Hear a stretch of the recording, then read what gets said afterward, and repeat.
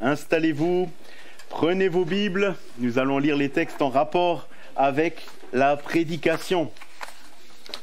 Notre frère Valentin Mazur va continuer sa série sur le prophète Osée. Vous voyez, en chantant ce cantique, en voyant ces prophéties, en pensant à l'accomplissement, ça nous rappelle que ces personnes à qui on s'adresse dans Osée, ils ne savaient pas ça. Ils étaient vraiment dans les ténèbres, perdus dans leurs péchés. Alors, ouvrons le prophète Osée au chapitre 6 et nous lirons du verset 4 jusqu'à la fin du chapitre 7. Osée 6, verset 4. Lisons. Que te ferai-je, Éphraïm? Que te ferai-je, Juda? Votre piété est comme la nuée du matin, comme la rosée qui bientôt se dissipe. C'est pourquoi je les frapperai par les prophètes, je les tuerai par les paroles de ma bouche, et mes jugements éclateront comme la lumière. Car j'aime la miséricorde et non les sacrifices, et la connaissance de Dieu plus que les holocaustes. Ils ont, comme les autres hommes, transgressé l'alliance. C'est alors qu'ils m'ont été infidèles. Galade est une ville de malfaiteurs, elle porte des traces de sang. La troupe des sacrificateurs est comme une bande en embuscade, commettant des assassinats sur le chemin de Sichem, car ils se livrent au crime. Dans la maison d'Israël, j'ai vu des choses horribles. Là, Éphraïm se prostitue, Israël se souille. À toi aussi, Juda, une moisson est préparée, quand je ramènerai les captifs de mon peuple. Lorsque je voulais guérir Israël, l'iniquité d'Éphraïm et la méchanceté de Samarie se sont révélées, car ils ont agi frauduleusement. Le voleur est arrivé, la bande s'est répandue au dehors. Ils ne se disent pas dans leur cœur que je me souviens de toute leur méchanceté. Maintenant, leurs œuvres les entourent, elles sont devant ma face. Ils réjouissent le roi par leur méchanceté et les chefs par leurs mensonges. Ils sont tous adultères, semblables à un four chauffé par le boulanger. Ils cessent d'attiser le feu depuis qu'il a pétri la pâte jusqu'à ce qu'elle soit levée. Au jour de notre roi, les chefs se rendent malades par les excès du vin. Le roi tend la main aux moqueurs. Ils appliquent aux embûches leur cœur pareil à un four. Toute la nuit dort leur boulanger, et au matin le four brûle comme un feu embrasé. Ils sont tous ardents comme un four, et ils dévorent leurs juges.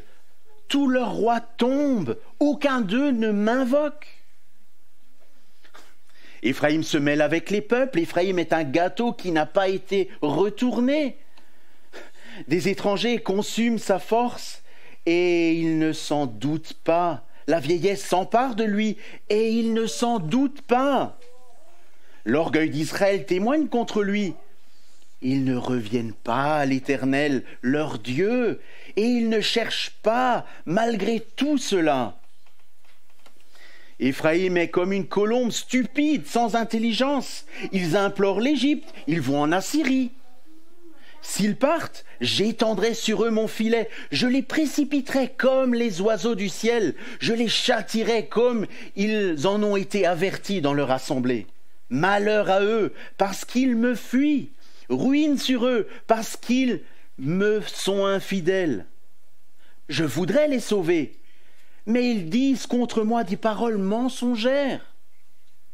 Ils ne crient pas vers moi dans leur cœur, mais ils se lamentent sur leurs couches, ils se rassemblent pour avoir du blé et du mou, et ils s'éloignent de moi. Je les ai châtiés, j'ai fortifié leurs bras, et ils méditent le mal contre moi. Ce n'est pas au Très-Haut qu'ils retournent. Ils sont comme un arc trompeur, leurs chefs tomberont par l'épée à cause de l'insolence de leur langue. C'est ce qui les rendra un objet de risée dans le pays d'Égypte. Jusqu'ici, notre première lecture.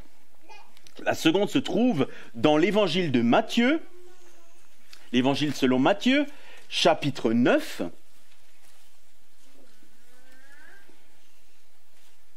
Matthieu 9, versets 9 à 13.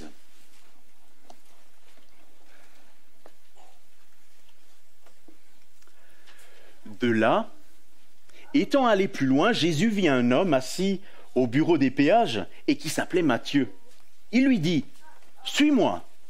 Cet homme se leva et le suivit. Comme Jésus était à table dans la maison, voici beaucoup de publicains et des gens de mauvaise vie vinrent se mettre à table avec lui et avec ses disciples. Les pharisiens virent cela et ils dirent à ses disciples « Pourquoi votre maître mange-t-il avec les publicains et les gens de mauvaise vie ?» Jésus, les ayant entendus, leur dit « Ce ne sont pas ceux qui se portent bien qui ont besoin de médecins, mais les malades. Allez et apprenez ce que signifie « Je prends plaisir à la miséricorde et non au sacrifice. Car je ne suis pas venu appeler les justes, mais des pécheurs. » Et enfin, notre troisième passage dans la première lettre à Timothée. La première lettre à Timothée, chapitre 2. Dans ce chapitre, nous lirons les versets 1 à 4.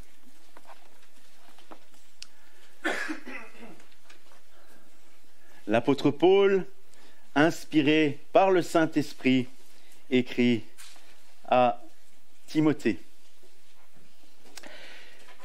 Et à nous, lisons. J'exhorte donc avant toute chose à faire des prières, des supplications, des requêtes, des actions de grâce pour tous les hommes, pour les rois et pour ceux qui sont élevés en dignité, afin que nous menions une vie paisible et tranquille en toute piété et honnêteté. Cela est bon et agréable devant Dieu notre Sauveur, qui veut que tous les hommes soient sauvés et parviennent à la connaissance de la vérité. Jusqu'ici, nos lectures. Je vais laisser la place à notre cher Valentin, notre pasteur Valentin. Il y a encore des questionnaires pour ceux qui en souhaiteraient. Manifestez-vous. Oui, et c'est le moment pour l'école du dimanche, les enfants. Voilà. Bonjour à tous. Je vous invite à garder votre Bible ouverte en Osée, chapitre 6, verset 4. Donc nous continuons, comme Olivier l'a dit, notre série en Osée.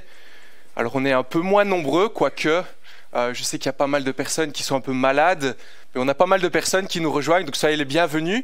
N'ayez crainte, on va avancer doucement dans cette série en Osée, si vous nous rejoignez pour la première fois aujourd'hui. Donc si certains veulent un questionnaire encore, il y en a des disponibles. Pour si ça vous aide à suivre la prédication, levez la main, n'hésitez pas.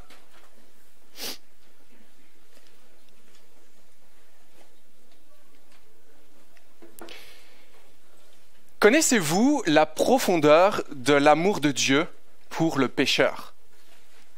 Connaissez-vous la profondeur de l'amour de Dieu pour le pécheur ? Savez-vous que l'un des plus grands désirs du Seigneur, c'est que le pécheur se repente et revienne à lui. C'est pas un scoop ça, n'est-ce pas ? On le sait bien. Peut-être vous êtes chrétien depuis plusieurs années, peut-être que vous allez me dire, vous connaissez l'Évangile, et vous savez ces choses, vous savez cela. Mais malgré tout, vous arrive-t-il de douter de ces vérités ? De penser qu'à certains moments, certains hommes peut-être ne méritent pas le pardon de Dieu. Et peut-être même, vous pensez cela de vous-même. Vous pensez que vous ne méritez pas de revenir à Dieu. Donc vous vous rappelez sans doute, pour ceux qui étaient avec moi ces dernières semaines, l'exemple d'Osée. Osée, ce prophète qui poursuivait cette femme adultère et infidèle. Dieu lui avait demandé de l'épouser. Osée était appelé à aimer cette femme qui, comme on l'avait vu dans les 3 premiers chapitres, ne méritait certainement pas son amour. Cela à cause de sa manière de vivre son alliance de mariage. Elle était infidèle. Elle allait se tourner vers des amants et bien d'autres. Cette relation est présente ici, au début de cette prophétie, pour nous montrer l'amour de Dieu envers son peuple infidèle, un peuple qui le rejette et se tourne vers d'autres divinités. On se rappelle, quand Dieu a demandé une nouvelle fois à Osée, au chapitre 3, « Va et aime cette femme, aime-la comme Dieu aime les Israélites, comme Dieu aime son peuple. » Osée était censé représenter l'amour de Dieu envers des pécheurs, l'amour de Dieu envers son peuple infidèle. Et ce qu'Osée veut nous montrer encore une fois ce matin, c'est que Dieu veut que les pécheurs reviennent réellement et sincèrement à lui. Parce que Dieu désire en fait les bénir grandement. Et pour cela, nous avons vu jusqu'à présent que Dieu déploie un plan pour que ce peuple puisse prendre conscience qu'il s'est éloigné de lui, qu'il lui a été infidèle, qu'il puisse voir son besoin de Dieu. Un plan qui, comme on l'a vu à certains moments, peut s'avérer excessivement difficile à digérer, mais dont l'issue est extrêmement bienfaisante, raison pour laquelle on voit au début du passage qu'on a lu qu'il envoie des prophètes qui les tuent par les paroles de leur bouche. C'est des paroles vraiment difficiles pour que le peuple puisse, comme une sonnette d'alarme, se rendre compte qu'il y a un problème. Et vous vous rappelez sans doute ceux qui étaient avec moi lors de la dernière prédication, chapitre 6, versets 1 à 2, 1 à 3, le but pour lequel Dieu punit son peuple, afin que le peuple puisse se rendre compte de cela, qui s'est éloigné de Dieu et dise « Venez, retournons à l'Éternel. En effet, il a déchiré, mais il nous guérira. Il a frappé, mais il bandera nos plaies. Il nous rendra la vie dans 2 jours. Le 3e jour, il nous relèvera et nous vivrons devant lui. » Voilà la conclusion à laquelle le peuple devait arriver. Mais pourtant, lorsque nous regardons cette prophétie, plutôt que de voir un peuple qui se repent et revient à Dieu, nous voyons un peuple qui a plutôt tendance à s'éloigner toujours plus dans le mal. Et là, on pourrait se poser la question, en voyant tout le plan que Dieu met en œuvre pour attirer son peuple, mais que pense Dieu de tout cela ? Que pense Dieu lorsqu'il voit son peuple persévérer dans l'endurcissement, dans le péché, malgré tout, malgré un message clair annoncé par le prophète ? Alors le verset 4 nous invite, comme Osée sait si bien nous le montrer depuis le début de cette prophétie, à voir d'une certaine manière le ressentiment de Dieu et nous mettre, avec une certaine mesure, à sa place. Se dire, mais qu'est-ce que Dieu pense de cela ? Voyez le verset 4 avec moi. Que puis-je te faire, Éphraïm ? Que puis-je te faire, Juda ?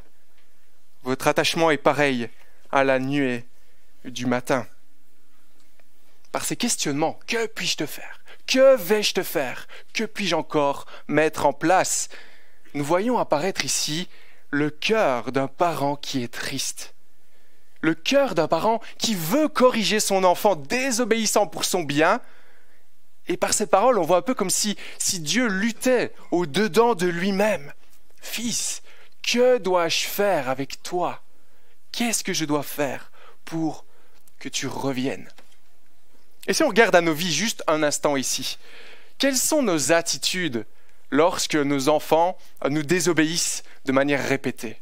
Et peut-être si vous n'avez pas d'enfants, rappelez-vous comment ça se passait quand vous étiez vous-même enfant et que vous désobéissiez continuellement à vos parents.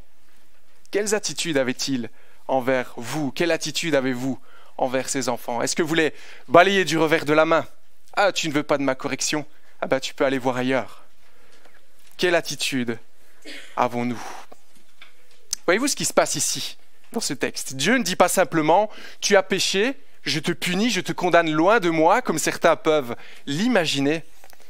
Mais c'est un peu comme s'il voulait, ici, par tous les moyens, que son peuple revienne à lui. Qu'est-ce que je peux encore te faire pour que tu comprennes que le meilleur est auprès de moi ?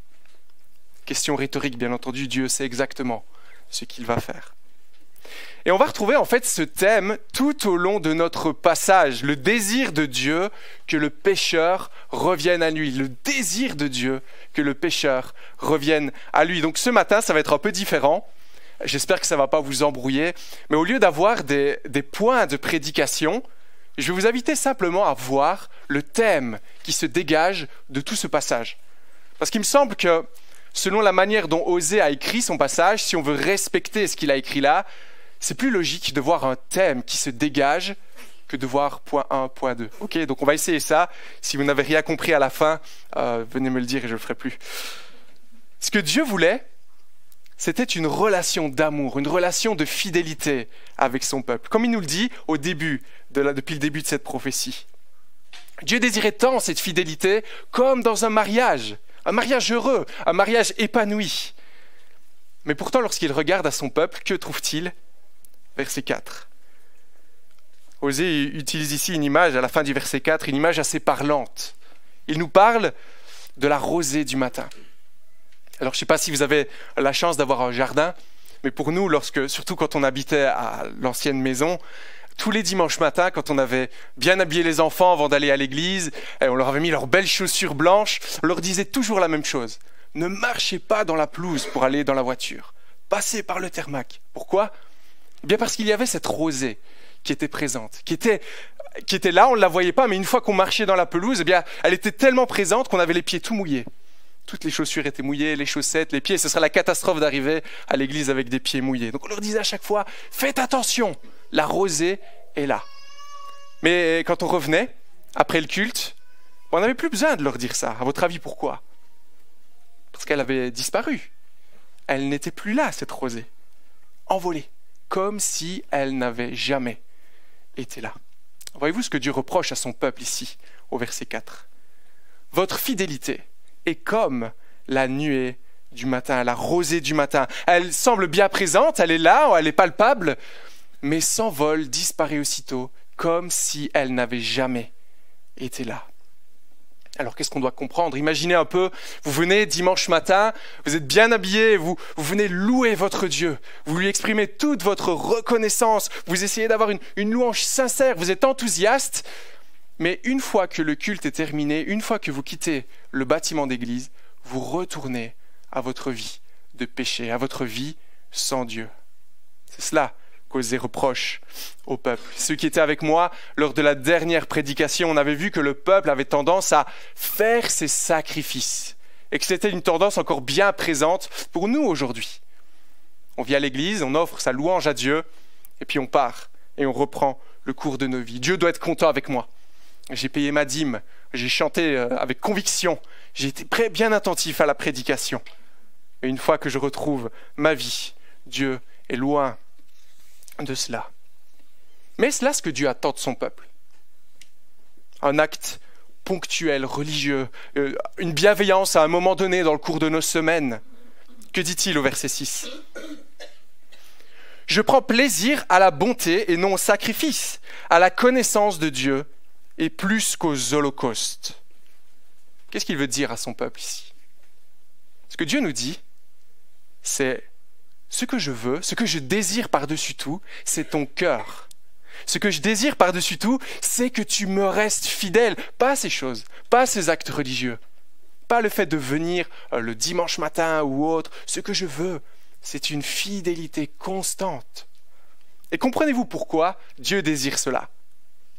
Car il n'est pas comme les autres divinités, comme on le retrouve ici en Osée, les Baals et d'autres qui, après avoir reçu un sacrifice, eh bien, devaient donner la bénédiction. Dieu est différent. Il ne fonctionne pas comme encore aujourd'hui le courant des religions qu'on peut observer dans le monde, qui fonctionne par les œuvres. Car Dieu veut une relation profonde, une relation intime avec son peuple. C'est ce qu'il désire par-dessus tout.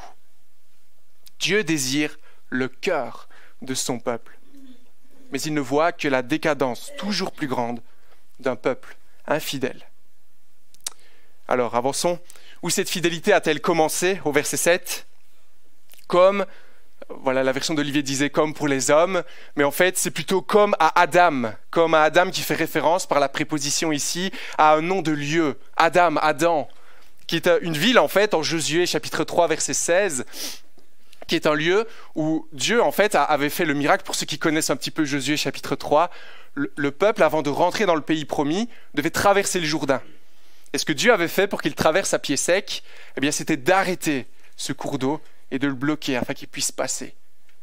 Et là où l'eau a été bloquée et s'est accumulée, eh bien, c'est dans cette ville appelée Adam ou Adam. Et voyez-vous ce que ça nous apprend sur le peuple ?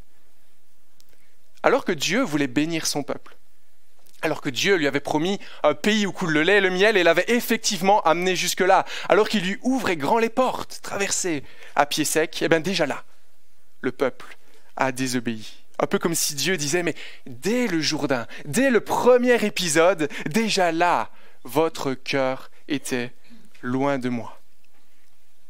Et quand on pense à Adam, cette ville, il y a un autre écho, n'est-ce pas, dans nos esprits. Un autre écho, comme le premier homme que Dieu a créé, ayant rejeté Dieu en fait, ayant brisé son alliance, là où Dieu l'avait de nouveau placé dans un jardin merveilleux, l'avait béni grandement, là où il avait tout ce dont il avait besoin, l'homme a réduit l'alliance à rien, voulant devenir lui-même le maître de sa vie, et il n'a récolté que des malédictions. Maintenant, voyez-vous, contre qui ces désobéissances sont-elles dirigées au final? Le verset 7, là, à la fin du verset 7, nous parle que tout cela est contre Dieu. Contre Dieu. L'homme désobéit, l'homme pêche, l'homme brise l'alliance, mais même si ça ne paraît pas, même si ça semble être les uns par rapport aux autres, comme on va le voir dans la suite, cela est toujours dirigé contre Dieu. L'offense est toujours directement dirigée contre Dieu. Et c'est notre deuxième thème transversal, si vous me suivez.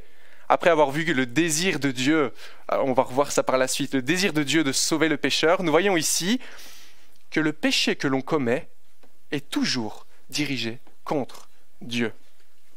Et donc, de fait, nous pose un problème vis-à-vis de Dieu.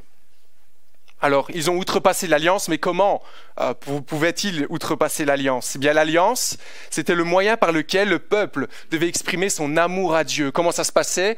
Eh bien, pour le peuple d'Israël, ici, à l'époque d'Osée, et avant, surtout, c'était les 10 commandements.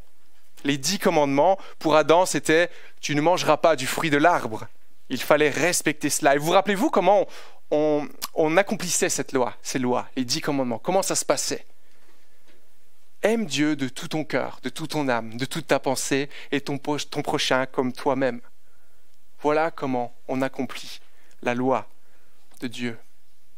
Mais à la place, que trouvons-nous? Verset 7, verset 8.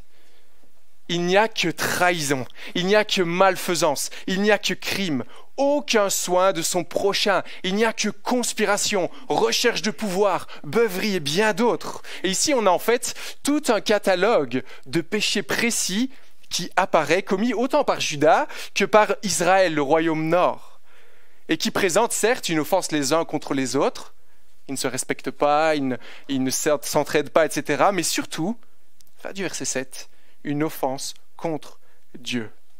Vous voyez ce matin que le péché que l'on commet est toujours dirigé contre Dieu. Et voyez-vous l'ampleur de la décadence pour ce peuple?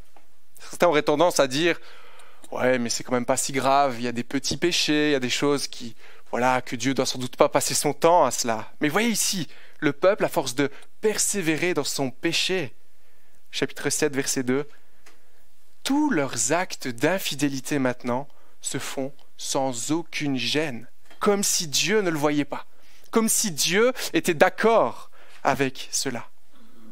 Et pourtant, voyez ce que dit Dieu à la fin du verset 2. Il dit « Tous vos actes sont devant moi. Tous vos actes, tout ce que vous faites, je n'en rate rien. Même si vous pensez que vous faites ça dans votre coin, que personne ne vous voit, Dieu nous dit chaque pensée, chaque acte, chaque parole. Je me souviens de tout le mal qu'ils font. Et ce, malgré l'avertissement des prophètes qui leur disaient « Revenez à moi » par la guerre, par la famine, des signes évidents qui leur disaient « Mais revenez à moi, il y a un problème dans votre relation par rapport à moi. » Et là où on pourrait dire avec notre raisonnement humain « Mais alors débarrasse-toi de ce peuple. S'ils sont tellement bons à rien, si tu veux les ramener à toi, mais qu'ils continuent de persévérer dans le péché. » Comme cette femme adultère, Gomer, on avait vu tout au début. Personne ne voudrait de cette relation. Débarrasse-toi de cette femme. Si elle veut aller près de ses amants, mais laisse-la aller. Voyez ici l'attitude de Dieu, chapitre 6, verset 11. C'est vraiment incroyable. Nous voyons ici le cœur d'un père qui veut que son enfant revienne. Dieu, malgré tout cela, que veut-il faire? Verset 11, il veut rétablir son peuple. Verset suivant, chapitre 7, verset 1er, Dieu veut guérir Israël. Encore et encore. C'est son désir le plus grand. Il veut que les pécheurs reviennent à lui. Il veut qu'ils reviennent à lui. Mais plus il tente cela, plus il met des choses en place pour que le peuple revienne, plus le péché de son peuple ressort. C'est ce qu'on voit à la fin du verset 1er. Plus Dieu veut sauver son peuple, plus il s'enfonce dans le mal. Plus il veut sauver son peuple, plus le péché ressort. Un peu comme ces jeux à la fête foraine où on doit taper avec un marteau là, sur l'espèce de figurine qui ressort. Je ne sais pas si vous voyez ce que je veux dire. Puis plus on tape, plus elle sort, plus elle sort, plus elle sort. Mais c'est un peu comme ça que ça se passe avec le peuple. Dieu dit, attention, là, vous péchez contre moi. Et le péché part d'une autre nature. Et part, et encore, et encore. Et plus Dieu exprime sa sainteté, plus le péché du peuple ressort et paraît clairement. Mais voyez-vous ce que ça nous apprend sur l'homme? Nous voyons un peuple ici marqué par la chute. Un peuple qui n'est bon qu'à briser l'alliance avec Dieu, malgré le fait que Dieu veut qu'il revienne à lui. Un peuple marqué profondément par son péché et dominé par lui. Et vous voyez que c'est pas rien tout cela, car ça l'aveugle totalement dans son mal. Ils agissent sans aucune culpabilité, comme si Dieu n'était pas là, comme si il ne voyait rien.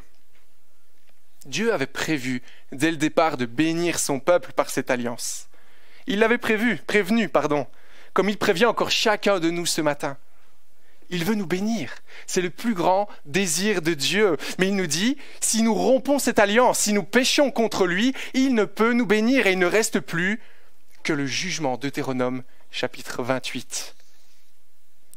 Le péché conduit toujours au jugement, car il est toujours contre Dieu, quoi qu'on en pense. Alors voyez-vous dans ce texte qui est concerné par cela? Enfin, du verset 10, chapitre 6, je jongle entre le chapitre 6 et 7. Alors, bien sûr, Israël, royaume nord. Depuis le début de cette prophétie, le prophète Osée accuse assez violemment le royaume nord, tout le temps, encore et encore. Mais verset 11, de manière assez surprenante, « À toi aussi, Juda, une moisson est préparée. À toi aussi, Juda, un jour de colère est réservé. » Et voyez-vous ce qui est surprenant ici? Juda, généralement, elle est bien vue, n'est-ce pas, par les prophètes et autres. Juda, c'est généralement les bons. Mais ici, même la super Juda, même la chouchou, celle qui est restée dans la lignée de David et autres, a un problème avec Dieu.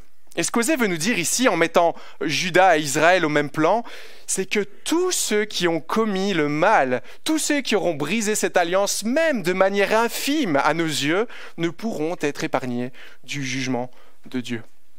Un jour ou l'autre, tous les péchés commis dans notre vie nous rattraperont et nous devrons rendre des comptes. Pour cela, tous descendants d'Adam ont brisé la loi morale de Dieu et donc Dieu ne peut bénir l'homme. Même s'il tente par tout moyen de lui montrer qu'ils ont un problème avec lui, qu'ils doivent revenir à lui. Et nous retrouvons ensuite dans notre texte 4 métaphores qui décrivent ici la triste situation d'Israël lorsqu'elle rejette Dieu. Un peu à des exemples ici des conséquences lorsque l'on rejette Dieu. Je lis le chapitre 7, versets 3 et 4. Ils réjouissent le roi par leur méchanceté et les chefs par leurs mensonges. Ils sont tous adultères, semblables à un four chauffé par le boulanger. Ils cessent d'attiser le feu depuis qu'il a pétri la pâte jusqu'à ce qu'elle soit levée. Alors ici, on change de sujet, on change de thème et on passe vers le palais royal, les princes, les rois, les grands dirigeants du pays. Et pour ceux qui étaient avec moi dans cette série, vous savez le prophète Osée a déjà accusé le peuple, les prêtres, et maintenant on se tourne vers les rois, ceux qui prennent les décisions importantes.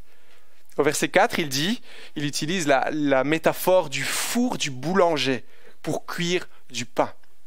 Et Osée nous dit qu'en fait, ils se réjouissent du mal et sont comme un four échauffé. Donc ce qui veut dire ici, c'est que leur méchanceté est tellement grande qu'il n'y a plus besoin d'alimenter le feu.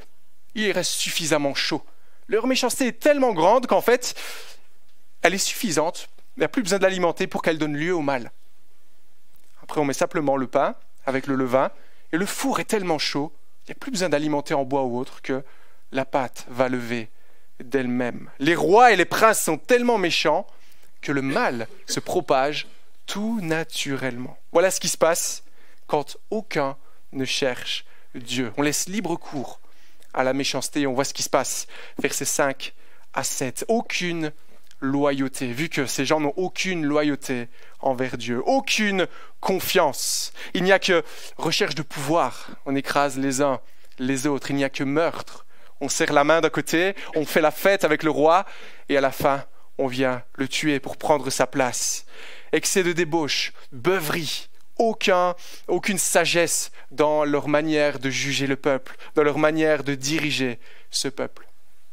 Si vous avez le courage, chez vous, je vous invite à lire 2 Rois chapitre 15 à partir du verset 13, qui relate historiquement ce qui se passe à cette époque. En 2 mots, en fait, on voit qu'en très peu de temps, je pense une 30aine d'années, il y a bien 6 rois différents qui passent les uns après les autres. Et on voit conspiration après conspiration, recherche de pouvoir. Ils engagent un à sa droite comme conseiller, et ce conseiller vient évincer le roi pour prendre sa place. Et ça continue encore et encore. Et dans tout cela, voyez-vous ce que Dieu dit à la fin du verset 7, du chapitre 7. Si seulement tu m'avais invoqué, si seulement tu avais prêté attention à moi, je t'aurais béni. Je t'aurais donné la sagesse. Mais puisque tu suis tes voies, il n'y a que destruction. Deuxième métaphore, au verset 8. Le peuple est semblable à une galette non retournée. Alors, vous arrive-t-il parfois de cuisiner, de faire des crêpes? Moi, j'aime beaucoup faire ça. On fait les crêpes, souvent le dimanche après-midi d'ailleurs. Alors, c'est quoi la difficulté des crêpes? Eh bien, c'est de savoir quand elles sont bien cuites sur une face, n'est-ce pas? Et particulièrement la première, on ne sait pas pourquoi. Peut-être que parce que la poêle est trop chaude et quand on met la pâte, souvent, soit c'est trop cuit et de l'autre côté, c'est pas assez cuit. Et qu'est-ce qu'on fait généralement de cette première crêpe? On la jette, n'est-ce pas? Elle n'est pas bonne, elle ne sert à rien. Qu'est-ce qu'on fait quand tout est noirci, tout est carbonisé, alors que de l'autre côté, c'est pas encore cuit? Il n'y a plus rien à faire. Voilà à quoi ressemble Israël. À cause de son orgueil, à cause de ses mauvais choix. Au lieu de revenir à Dieu, quand les problèmes sonnent à sa porte, elle se mélange au peuple. Elle cherche des solutions par elle-même. On l'avait vu dans la dernière prédication. On se tourne vers la Syrie, on se tourne vers l'Égypte. Peut-être qu'ils pourront nous protéger. Et voyez-vous la difficulté? Parfois, on a de bonnes idées. Ah, ça, c'est vraiment une idée excellente. Mais on ne sait jamais quand les problèmes vont arriver. On ne sait jamais le temps qu'il faut pour que ça noircisse, que ça devienne pas bon du tout. C'est ce qu'il nous dit ici au verset 9 avec 2 comparaisons. Des étrangers dévorent sa force, il ne s'en doute pas. La vieillesse s'empare de lui et il ne s'en doute pas. Alors ici, on a 2 comparaisons. La première fait référence à l'histoire de Samson. Pour ceux qui connaissent un petit peu dans les Juges chapitre 13 jusqu'au chapitre 16, Samson, après avoir fait de mauvais choix et des compromis, voit sa force qui lui était donnée par l'Éternel totalement retirée pour sa propre destruction. Voilà comment agissait Israël. Ces étrangers avec lesquels ils ont fait alliance finissent par dévorer leur propre force. Et ce n'est qu'après coup qu'ils se disent « Ah, c'était pas une bonne idée. C'était pas une bonne idée. » Cette décision prise sans Dieu n'a conduit qu'à la destruction. Et on verra cela au chapitre 8, la prochaine fois, Dieu voulant, à quel point cela a été terrible pour le peuple. Il dit encore, comme la vieillesse s'empare de lui. Alors quand est-ce qu'elle arrive, la vieillesse? Quand arrive-t-elle? C'est difficile à prévoir, n'est-ce pas? Certains disent, je me sens jeune longtemps, etc. Bref. Mais souvent, les premiers signes de vieillesse, eh bien c'est, excusez-moi, mais c'est les cheveux blancs. Quand est-ce qu'ils apparaissent, les cheveux blancs? On se regarde dans le miroir, on voit que ça va, et un jour on se regarde dans le miroir et oh, qu'est-ce qui se passe? On a plein de cheveux blancs et c'est trop tard, on ne peut plus rien faire pour revenir en arrière. La vieillesse apparaît et on ne peut plus faire marche arrière. Enfin voilà, prenez ça, je vous laisse mettre le bon niveau d'interprétation. Voyez ce que Dieu dit ici, verset 10. Malgré la constatation des conséquences de tes mauvais choix, le fait que, parce que tu as pris des choix sans moi, ta force est dévastée, tu es devenu sans force, eh bien, tu ne reviens pas à moi. On voit Dieu, les bras tendus, qui désire que son peuple revienne.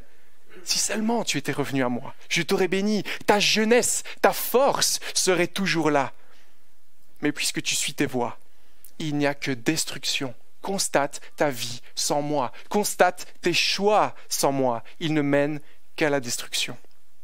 Et nous voyons une fois de plus un peuple ici incapable de choisir Dieu, incapable de choisir la vie. On continue, troisième métaphore, ici au verset 11. Vous arrive-t-il d'observer les oiseaux? Peut-être même que vous les nourrissez. Alors en hiver, c'est généralement ce qu'on aime faire. Alors vous avez, c'est un beau spectacle dans votre jardin. Faites l'expérience, arrêtez de les nourrir. Aussi sec, ouf, on arrête. Qu'est-ce qui va se passer? Les oiseaux n'hésiteront pas à aller chez le voisin pour aller rechercher ce dont ils ont envie pour manger, ce dont ils ont besoin. Même si le voisin a 3 chats. Ils n'hésiteront pas, sans réfléchir, à courir vers le plus offrant. Le peuple est semblable à une colombe sans intelligence. Et ça exprime leur infidélité. Comme un oiseau qui vole d'arbre en arbre pour trouver refuge. De même, Israël est dirigé par des rois sans intelligence, qui font tantôt alliance avec l'Égypte, tantôt alliance avec la Syrie, tantôt alliance avec Baal, tantôt alliance avec Dieu. Et ça va leur coûter la vie, ça va leur coûter la liberté. Nous arrive-t-il de faire des compromis avec Dieu? Nous arrive-t-il de faire des compromis avec le péché, de penser que ça ira, que Dieu ne voit peut-être pas? C'est notre échappatoire, Dieu doit comprendre. Tant qu'on garde Dieu sous le coude, ça ira. Non, n'est-ce pas? Ça n'ira pas. C'est ce que nous dit le prophète. Si on n'a pas de fidélité envers Dieu, si on ne recherche pas à n'être qu'à lui, il y aura des problèmes. Et à nouveau ici, Dieu veut les prendre au piège, comme il le dit, pas dans un mauvais sens, mais afin qu'ils puissent voir leur erreur. Verset 12, fin du verset 12. Si seulement tu avais compris ma correction. Comme je l'avais mentionné d'ailleurs dans mon alliance, tout au début, tu serais libre. Tu serais libre. Et voyez comme Dieu veut que le pécheur se repente, malgré son infidélité répétée. Voyez à quel point il veut qu'il revienne à lui. Et voyez à nouveau comme tout péché commis contre Dieu, même s'il ne paraît pas, est toujours dirigé contre lui. Ici, on a parlé de mauvaises décisions politiques, de mauvaises alliances, de mauvaises attitudes à l'égard de son frère, de manque de fidélité. Et même si tout cela semble être centré sur eux, au final, c'est le peuple qui a des problèmes. Qui est-ce qui est visé finalement par cette attitude, verset 13 et suivant? C'est Dieu. C'est Dieu. Que font-ils? À cause de toutes ces attitudes, ils fuient loin de Dieu. Même plus, ils se révoltent contre Dieu. Ils le traitent de menteur, alors qu'ils désirent les sauver. Tout péché commis par le peuple est en fait dirigé contre Dieu. Et à nouveau, on voit la tristesse de Dieu pour le pécheur. Quand il dit « Quel malheur, quel ravage !» Il voit le problème et il voudrait tant que son peuple revienne à lui. Alors que moi, je les libère, alors que moi, je leur donne la force, ils ne reviennent pas à moi. L'endurcissement dans leur péché les conduit à rejeter celui-même qui est la solution à leurs problèmes, le seul qui peut les rendre libres. Voici la réalité, en fait, de toute l'humanité, à moins que Dieu ne change nos cœurs.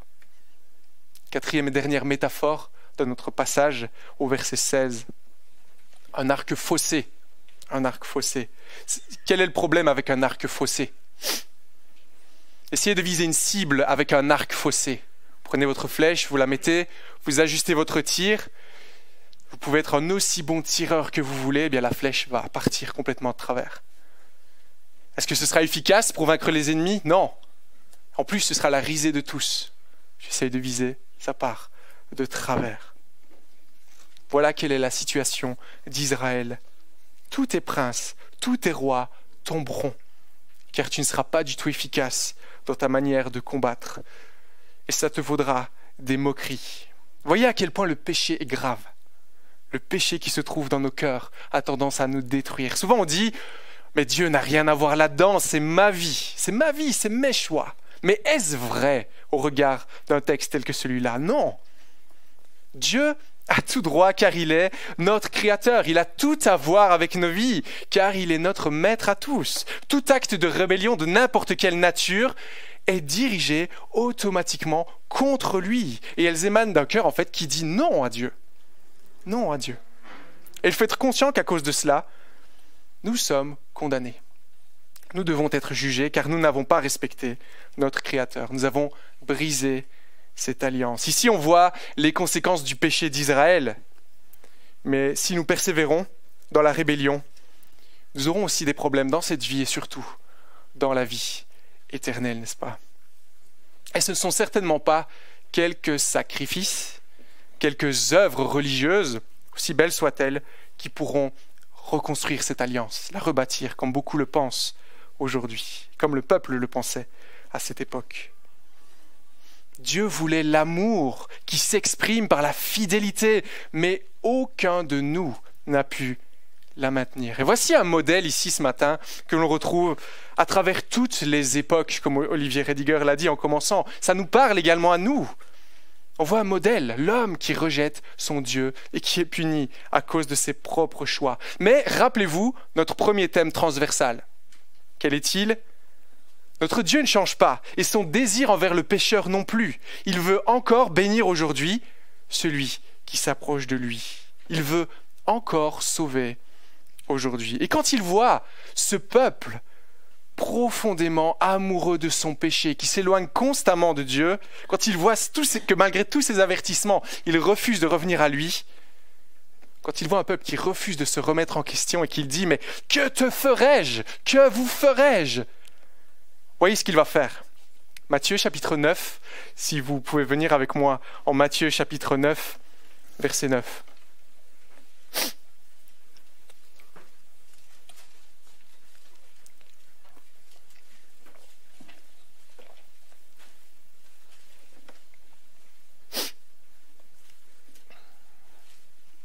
Matthieu chapitre 9, je lis à partir du verset 9. En passant plus loin, Jésus vit un homme appelé Matthieu, assis au bureau des taxes. Il lui dit « Suis-moi ». Celui-ci se leva et le suivit. Comme il était à table dans la maison, beaucoup de collecteurs de taxes et de pêcheurs étaient venus prendre place avec Jésus et ses disciples. Voyant cela, les pharisiens disaient à ses disciples « Pourquoi votre maître mange-t-il avec les collecteurs de taxes et les pêcheurs ?» Jésus, qui avait entendu, dit « Ce ne sont pas les bien portants qui ont besoin de médecins, mais les malades. Allez apprendre ce que signifie « Je veux la compassion et non le sacrifice. Car je ne suis pas venu pour appeler des justes, mais des pécheurs. » Alors quel a été le plan de Dieu pour sauver son peuple infidèle? Dieu a dit « Moi, je vais venir en personne pour sauver et pour guérir. Moi, je vais quitter mon trône de gloire pour leur ouvrir les yeux, afin qu'ils voient que je les aime et que je veux qu'ils reviennent. Moi, je ferai une nouvelle alliance avec eux, à travers laquelle ils ne s'éloigneront plus de moi. » C'est ce qui était réalisé à travers Jésus-Christ, n'est-ce pas? Et pour qui est-il venu? Pour qui ce bébé que l'on chante encore ce matin est-il venu? Est-il venu pour des personnes qui avaient plus de valeur, qui étaient plus justes que d'autres? Vous voyez, en Matthieu 9, le cœur de Dieu qui vient pour ceux-mêmes qui l'ont rejeté, qui ont pratiqué le péché de bien des manières. On nous parle ici de Matthieu ou de Lévi en fonction de vos versions. Alors qui était-il? C'était un collecteur d'impôts. Ça veut dire un homme qui avait son propre Dieu. Voilà comment le four de sa méchanceté était alimenté, si je reprends la métaphore du boulanger. Il voulait gagner de l'argent, et pour ça il était prêt à tromper même les autres. Il était détesté de tous d'ailleurs à cause de cela. Il travaillait pour l'ennemi, il faisait des compromis monstres, des alliances avec tous. Mais lorsqu'il voit le Seigneur devant lui, que fait-il? Il abandonne tout pour le suivre. Il a simplement mis de côté toute sa vie de pécheur pour suivre le Seigneur. Il a vu le salut de Dieu. Il a vu qu'il était un homme perdu dans la rébellion, qu'il avait brisé l'alliance avec son Dieu et qu'il méritait le châtiment. Et il a suivi le seul qui pouvait le sauver de sa folie. Mais est-ce tout? Est-ce tout rose? Est-ce un happy end ici? Est-ce que tout le monde est sauvé par la naissance de Jésus dans ce monde? Non, ce ne sera pas pour tout le monde. Car que voyons-nous d'autre dans ce texte?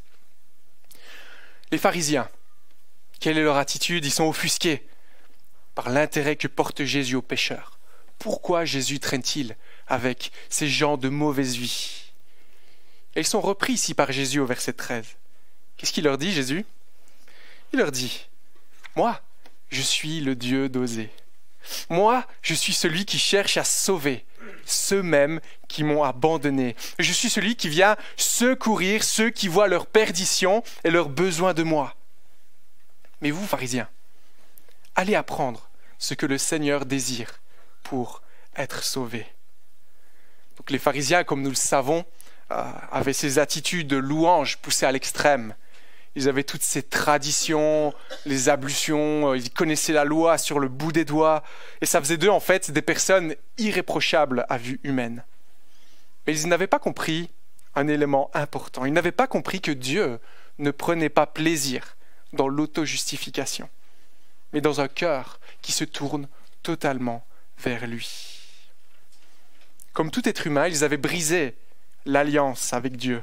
Mais eux, à la différence de Lévi, ils trouvent leur propre moyen de recoller les morceaux de cette alliance. Voilà, on va faire ça. On n'est pas si mauvais.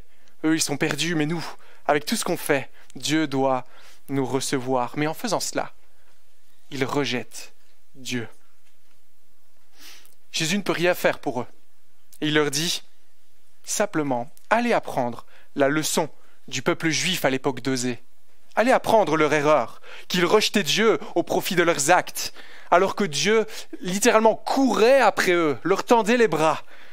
Eh bien, eux continuaient dans le mal, dans l'infidélité et dans leur propre justice. Donc comprenons bien ceci ce matin. Le désir de Dieu est de sauver les pécheurs. Il l'accomplit de manière ultime en envoyant Jésus pour nous rencontrer dans notre péché.